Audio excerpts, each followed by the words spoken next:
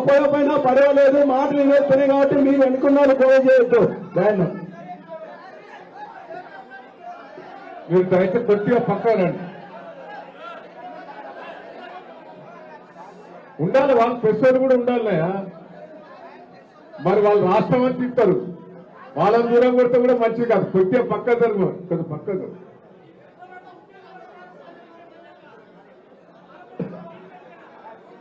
మీరు కూడా పక్క జరగాలి.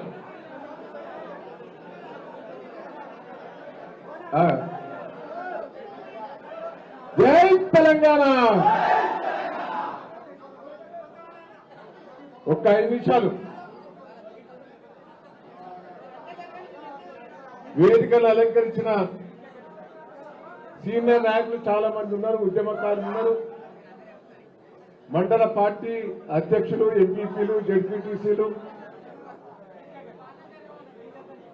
అందరికి కూడా జనగాం జిల్లా నుంచి వచ్చిన ముఖ్య నాయకులందరికీ కూడా పేరు పేరున నా ఉదయపూర్వక నమస్కారాలు.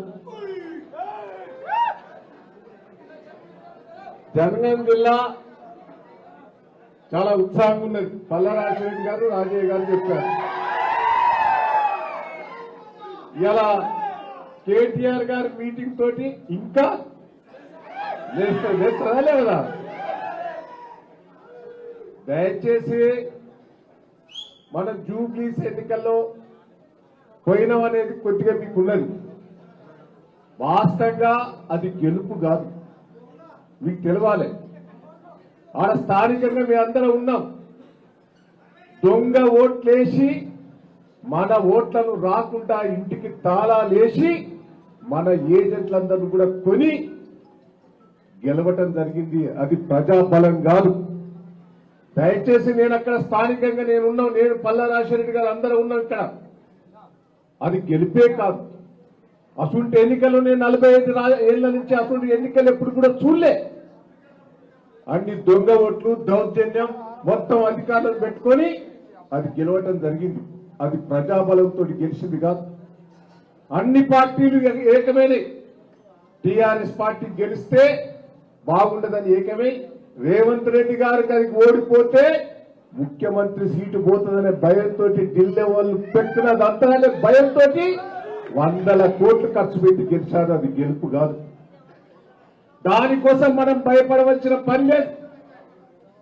నేను ఒకటే మిమ్మల్ని అందరినీ రిక్వెస్ట్ చేస్తున్నా, జనంలో విపరీతమైన కేసీఆర్ గారి మీద క్రేజ్ పెరిగింది. ఓడిపోవటం కూడా నాకు అప్పుడప్పుడు నేను ఓడిపోతేనే బాధ అనిపించింది. 7 సార్లు గెలిచే వరకే, ఓడిపోయే వరకే నేను బాధపడ్డా. మొదలు కేసీఆర్ గారు ఓడిపోయినప్పుడు కూడా నేను బాధపడ్డా. కానీ ఆ బాధ మనం గెలిచేది ఉంటే అంత బాధ జనాలలో ఉండకపోవు. ఉన్న వాస్తవం కాదా? ఊరికే వీళ్ళేనా అందరూ ఓడిపోయే వారికే కేసీఆర్ ను పోగొట్టుకున్నామని, మా పాలకుర్తి ప్రజలు దయాన్ని పోగొట్టుకున్నారనే బాధ రాష్ట్రం అంతా వచ్చిందా లేదా ఒక్కసారి ఆలోచించండి. జనంలో ఇంకా పెరిగిపోయింది.